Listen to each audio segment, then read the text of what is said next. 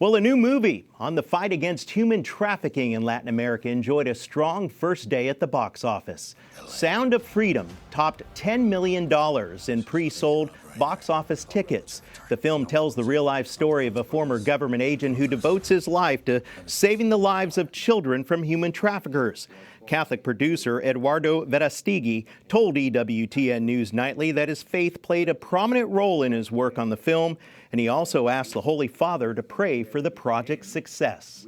For more on this, let's check in with Mary Margaret Olahan, senior reporter for the Daily Signal. How you doing there, Mary Margaret? Welcome back. Great. Thanks for having me. So you saw the film yesterday. What did you think, and what was the audience reaction?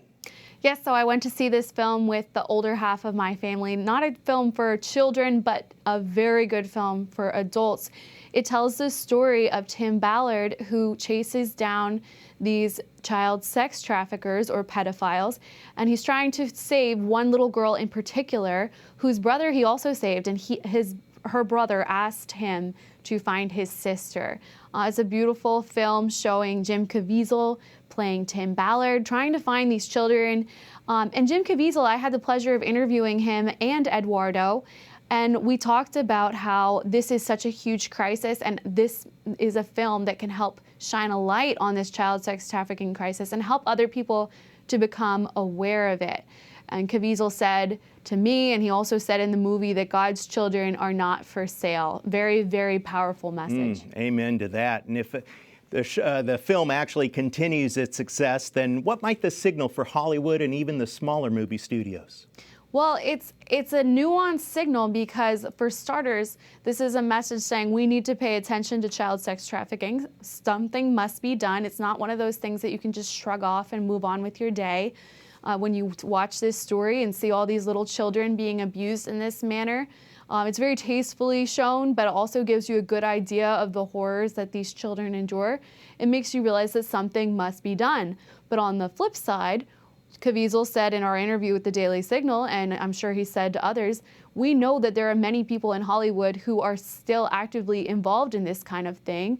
If you look at Jeffrey Epstein and his cronies and all the things that went on with them, we know that there are many high-profile people who are actively involved in these crimes against young people and against children.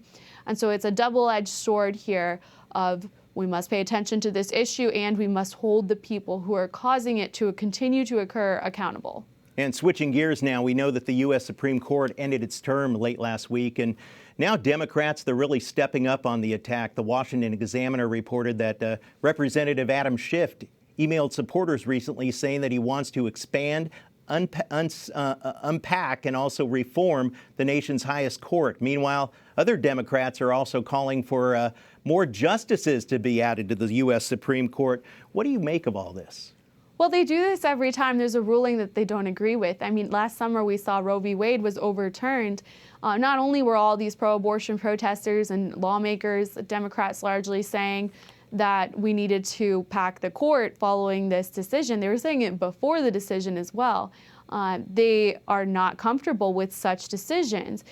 We just saw 303 Creative, the Supreme Court case, which Alliance Defending Freedom, which represented Lori Smith, is calling a huge victory for free speech.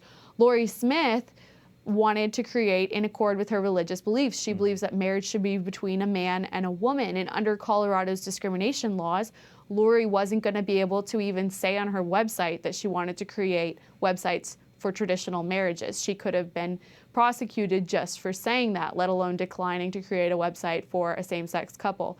Lori's case went all the way to the Supreme Court. She won.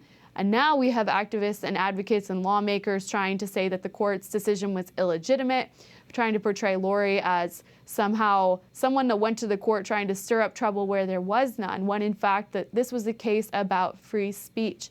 And so in the aftermath of this, we're seeing Democratic lawmakers saying we need to pack the court. Right. Well, we know why they want to pack the court. They don't like the court's decisions.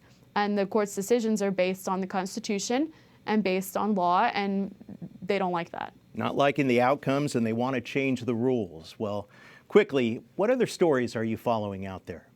Well, we're following a lot that's going on right now. Something that I've been paying a lot of attention to is gender ideology and its effects on young people. I'll have more to say on that point soon. but I would encourage everyone to pay attention to how social media is affecting young people, to pay attention to how, in particular, gender ideology is affecting young people. It's a huge issue, more than we know, and we'll have more to say on that front soon, coming from myself and Daily Signal, so we'll keep you posted. Mary Margaret Olahan, always a pleasure to have you, senior reporter at the Daily Signal. Thanks again. Thank you.